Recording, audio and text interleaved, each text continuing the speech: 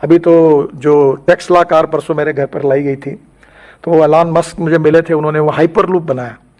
तो मेरे पास अब जगह है 120 मीटर बीच की दिल्ली मुंबई के बीच में। तो मैं दिल्ली से जयपुर इलेक्ट्रिक हाईवे बना रहा हूँ, जैसे रेलवे इलेक्ट्रिक पर जाती है वैसे ट्रक जाएंगे। अभी उसका काम नहीं शुरू हुआ, उस पर काम कर रहे हैं। और हाइपर लूप किया तो 2 घंटे में दिल्ली से मुंबई चले जाएंगे। तो टेक्नोलॉजी का उपयोग करके हम हमारे लोगों का जीवन सस्टेनेबल कैसे कर सकते हैं। और उसमें सबसे अच्छी बात है कि मैं जम्मू कश्मीर की सरकार को कोई पैसा नहीं मांग रहा हूँ, मुझे जरूरत ही नहीं आपसे पैसा मांगने की, क्योंकि पैसा कैसे खड़े करना इसका मैं एक्सपर्टाइज हूँ, मेरे पास है। क्योंकि मैं लाखों करोड़ बोलता हूँ, ऐसा नहीं मैं मेरी मीडिया वालों को बोल देता हूँ कि मेरे एक एक वाक्य को आपके पास लिख लेना, और एक भी काम नहीं हुआ तो मेरी ब्रेकिंग न्यूज लगा देना, क्योंकि मैं जो करता हूँ वही बोलूँगा और जो बोलूँगा वही कहूँगा। तो ये हो सकता है। हम कटरा में अभी इंटर मॉडल स्टेशन बना रहे हैं, आपने ही सहयोग दिया है, बहुत बड़ा स्टेशन बना है। वहाँ हम लोग लॉजिस्टिक पार्क बना रहे हैं, बस पोर्ट बना रहे हैं, वहाँ पार्किंग प्लेस बना रहे हैं, काफ़ी सुंदर बना रहे हैं। और ये आपके सब स्टेशन के लिए मैंने मनोज कुमार जी को जो बैठे हैं उनको कहा कि मुझे ऐसा आर्किटेक्ट नहीं चाहिए।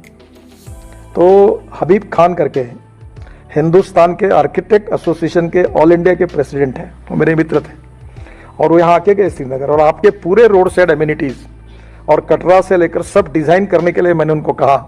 और उनके जो डिज़ाइंस हैं आज मनोज कुमार जी जाने के पहले आपको दिखा देंगे, इतने सुंदर डिज़ाइंस बनाए हैं कि ये वर्ल्ड प्राइड की जगह से डिज़ाइन बनाए हैं।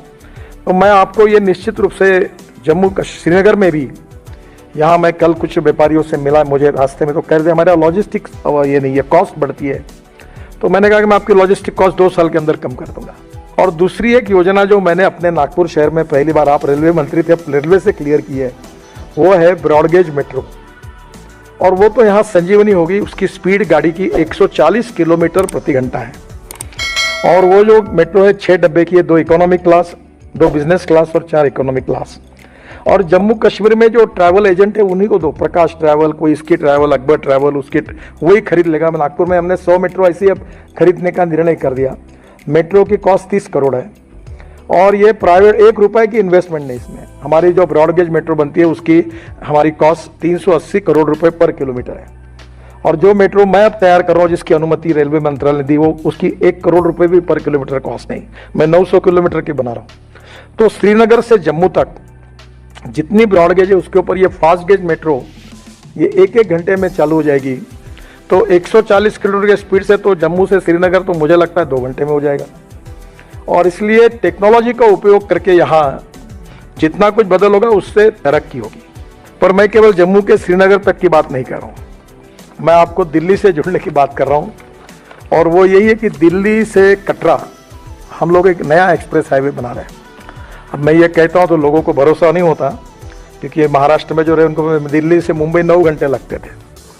तो बाद में मैं कह रहा था कि 2 घंटे होगा तो लोग हंस रहे थे, पर अब रोड बन गया तो 1.25-2 घंटे में आते हैं। मुंबई हाईवे पे गया था जो हमने बनाया, 70% काम हुआ है कि दिल्ली से मुंबई 12 घंटे में। और मैं जब ट्रायल कर रहा था तो 170 किलोमीटर स्पीड से मैं गाड़ी में बैठ कर चल रहा था, पता ही नहीं चला कुछ, इतना अच्छा रोड बना है।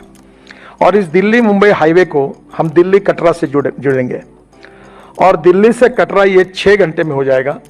और इसमें ये जो हाईवे है इसके बारे में मैं श्रीनगर से भी कैसे इसकी सुविधा मिले, ये भारतमाला परियोजना के अंतर्गत 670 किलोमीटर लंबा दिल्ली कटरा एक्सप्रेसवे दिल्ली से लेकर अमृतसर कटरा से जुड़ेगा। और इस एक्सप्रेसवे के निर्माण के उपरांत दिल्ली से कटरा ये डिस्टेंस 6 घंटे में पूरा हो जाएगा। तो दिल्ली से श्रीनगर 8 घंटे में 2 साल के अंदर होगा, ये मैं आपको वचन देता हूँ। और अभी तो मैं देश में 4-5 जगह पर ऐसे ब्रिज बना रहा हूँ कि नीचे में 8 लेन रोड, ऊपर में 6 लेन ब्रिज फर्स्ट लेवल, फिर उसके ऊपर में 6 लेन ब्रिज सेकंड लेवल, और उसके ऊपर से ये पब्लिक ट्रांसपोर्ट सिस्टम और इलेक्ट्रिक। पुणे में बना रहा हूँ, शिरूर से लेकर वाघोली तक 50 किलोमीटर, चेन्नई में बना रहे हैं। मैंने खुद नागपुर में अपने शहर में, मेरी कॉन्स्टिट्यूंसी में, नीचे में रोड, ऊपर में ब्रिज और ऊपर में मेट्रो। तो ये टेक्नोलॉजी बहुत बदली हुई है। तो आपके यहाँ भी हम लोग इसका सबका उपयोग करना चाहते हैं। तो ये ropeway, cable car, funicular railway की, जैसे मनोज जी हिमाचल प्रदेश ने जो पॉलिसी पास की वो आप बुला लीजिए, और वो करके अगर आप मुझे देंगे तो जितनी रोपवे, केबल कार, फनिकुलर आपको कब से बनानी है उतनी बनाने के लिए मैं तैयार हूं, आपको सहयोग करने के लिए तैयार हूं। और निश्चित रूप से इससे बहुत टूरिज्म बढ़ेगा और जम्मू कश्मीर के अनेक युवाओं के हाथों को रोजगार मिलेगा। बस पोर्ट यानी बस स्टेशन, अभी यहाँ मैं बसेस देख रहा था कल, तो हमारे यहाँ मैं मजाक में कहता था कि जहाँ हॉर्न छोड़कर सब बचता है। और आपका तो बहुत अच्छा है कि टप पर बैठे हुए लोग नहीं मिले। बिहार यूपी में मनोज जी जहाँ से आए वहाँ टप पर लोग बैठते हैं। तो पब्लिक ट्रांसपोर्ट को हमने निगलेक्ट किया है। अब एयर कंडीशन इलेक्ट्रिक पर चलने वाली बसेस जम्मू कश्मीर में आप शुरू करिए। ये मैं ट्रांसपोर्ट मिनिस्टर करके आपको कह रहा हूँ। और ये सस्ता है, टिकट आधा होगा, क्योंकि एक बेस्ट की डीजल की बस जब मुंबई में चलती है तो 115 रुपए किलोमीटर उसका खर्चा है। वो मैंने 100% बायो इथेनॉल पर चलाई, जो गन्ने के जूस से होता है। नागपुर में 35 बसेस चली, उसकी कॉस्ट 78 रुपीज पर किलोमीटर है। और जो इलेक्ट्रिक पर चलती है, पूना में अभी बसेस आई इलेक्ट्रिक की, कल परसों में पूना में ही था, कोल्हापुर कराड़ में। वो बसेस मैंने देखी, वो मैंने ही लाई। वो बसेस की 50 रुपए पर किलोमीटर कॉस्ट है। तो जम्मू कश्मीर की जनता टिकट रेट 25% कम करके 100%, अब एयर कंडीशन की यहाँ जरूरत नहीं है, पर लग्जरी बस में बैठ सकती है। और इसलिए आप इसको निश्चित रूप से करिए। तो एक मेरा आपसे सुझाव है कि अब ये जो हिल स्टेशन है, इसको आप अच्छे आर्किटेक्ट से इसका टाउन प्लानिंग जैसा डिजाइन कर लो। कल मुझे गुलमर्ग में भी देखने को मिला कि जिस प्रकार का क्लीननेस यूरोपियन स्विट्जरलैंड में मिलता है वैसा नहीं है।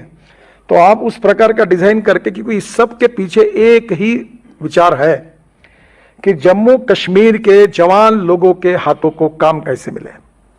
और टूरिज्म ये ऐसा सेक्टर है कि जिसमें 48% कैपिटल इन्वेस्टमेंट, ये केवल एम्प्लॉयमेंट पोटेंशियल क्रिएट करने के लिए होती है, जिससे गरीबी दूर होगी, रोजगार मिलेगा, इन्वेस्टमेंट आएगी, समृद्धता और संपदा